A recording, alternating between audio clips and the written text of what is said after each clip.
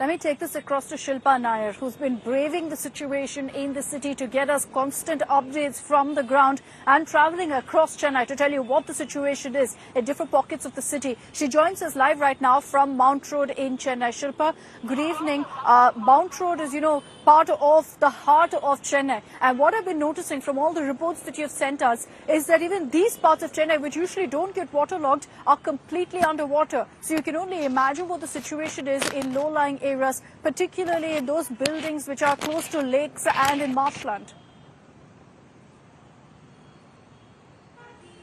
Well, yes, Akshita. In fact, I want to apologize to our viewers. The power suddenly went off, and that is the situation, across Chennai.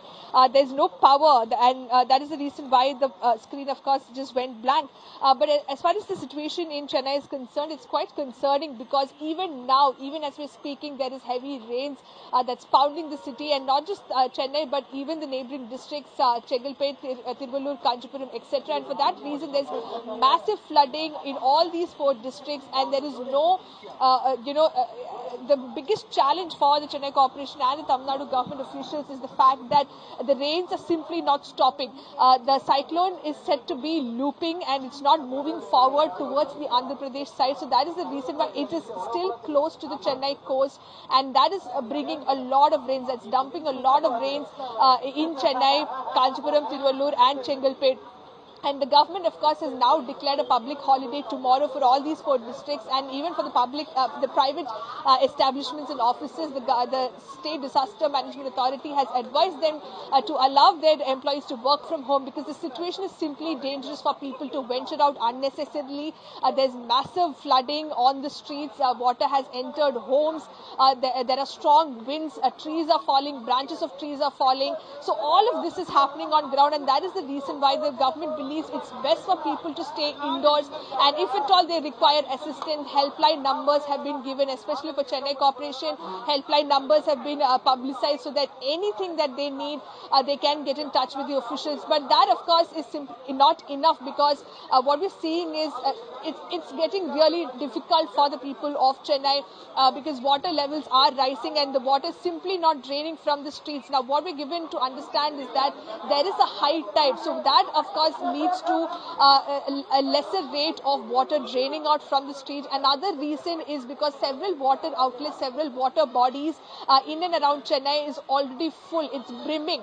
So the water from the streets have no place to go to, and that is the reason why it's simply not draining out. So the rains will have to subside for the water to recede, and that is not happening. It was predicted that it could, of course... if the worst is over as far as the rainfall is concerned. So that's the first point, if you could throw a light on. Secondly, Shilpa, you've covered these kind of monsoons before. Is this the worst Chennai has seen, especially comparing to 2015?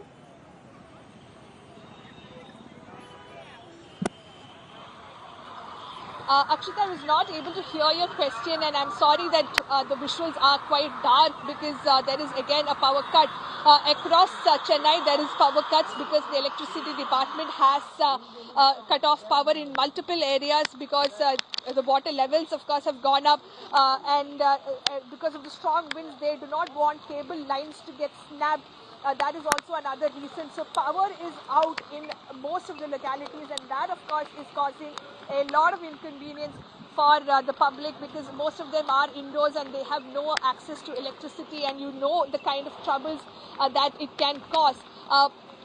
Now, as far as the alert is concerned, even tomorrow, going by the situation, the IMD has predicted a landfall of the cyclone near South Andhra Pradesh coast. Now, when will that happen? There is no clarity as yet. It was initially predicted that it could happen around forenoon.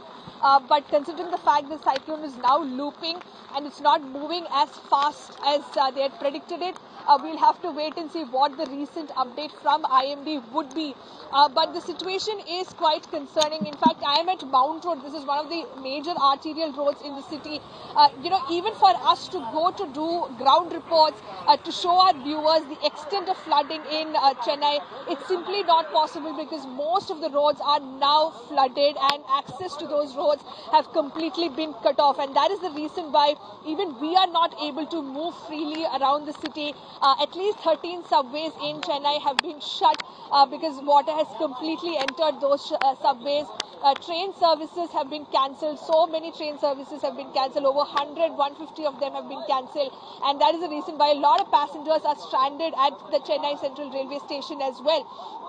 Flight also, as far as the Chennai airport is concerned, the runway operations have been suspended till 11 p.m. this night, and later this evening they'll be taking a call on whether they should be resuming services. But going by the weather conditions, it's unlikely. Going by the fact that water levels are rising across the city, it looks unlikely. But again, we'll have to wait for an update from Chennai airport authorities on that. So what is essentially happening is life coming to a standstill in Chennai, reminding us of the grim picture, reminding us of the grim tragedy that took place in 2015. The only hope and prayer at this point in time by everyone in Chennai and in the neighboring districts is for these rains to stop and for the water to recede and for life to come back to normal.